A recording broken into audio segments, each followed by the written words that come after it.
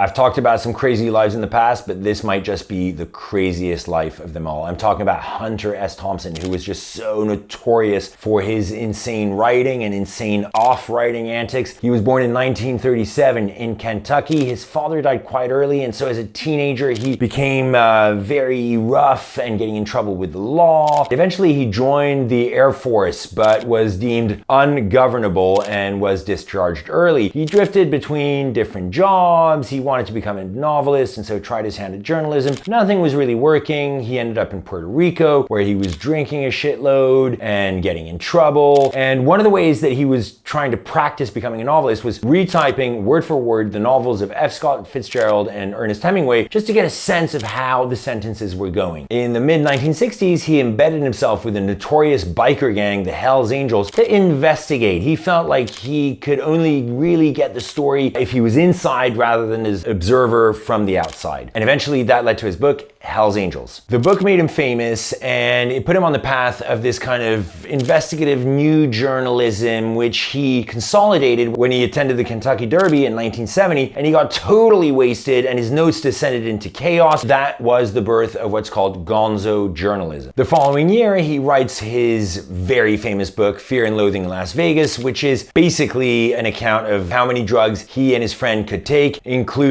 marijuana, cocaine, mescaline. 1972, with his huge reputation, he actually attends the Democratic Convention and writes a companion piece, Fear and Loathing on the 72 Trail. Also in 1970, he ran for sheriff in Aspen, Colorado. And what he did is he shaved his head completely so that he could refer to his crew-cut opponent as my long-haired opponent. He didn't get elected sheriff, luckily for the inhabitants of Aspen, but he kept writing and contributing to various publications and being notorious all around. In 1998, with the release of the movie Fear and Loathing in Las Vegas, he became very close friends with the actor Johnny Depp, and the two of them would get up to all sorts of nonsense and mischief and so on. By the early 2000s, he'd had decades of accidents and injuries and ill health with his drug consumption. That wasn't very surprising. And in 2005, exhausted by all of this, he killed himself and left behind a note that said, "Football season is over." Johnny Depp, his close buddy, decided that he would respect his final wishes,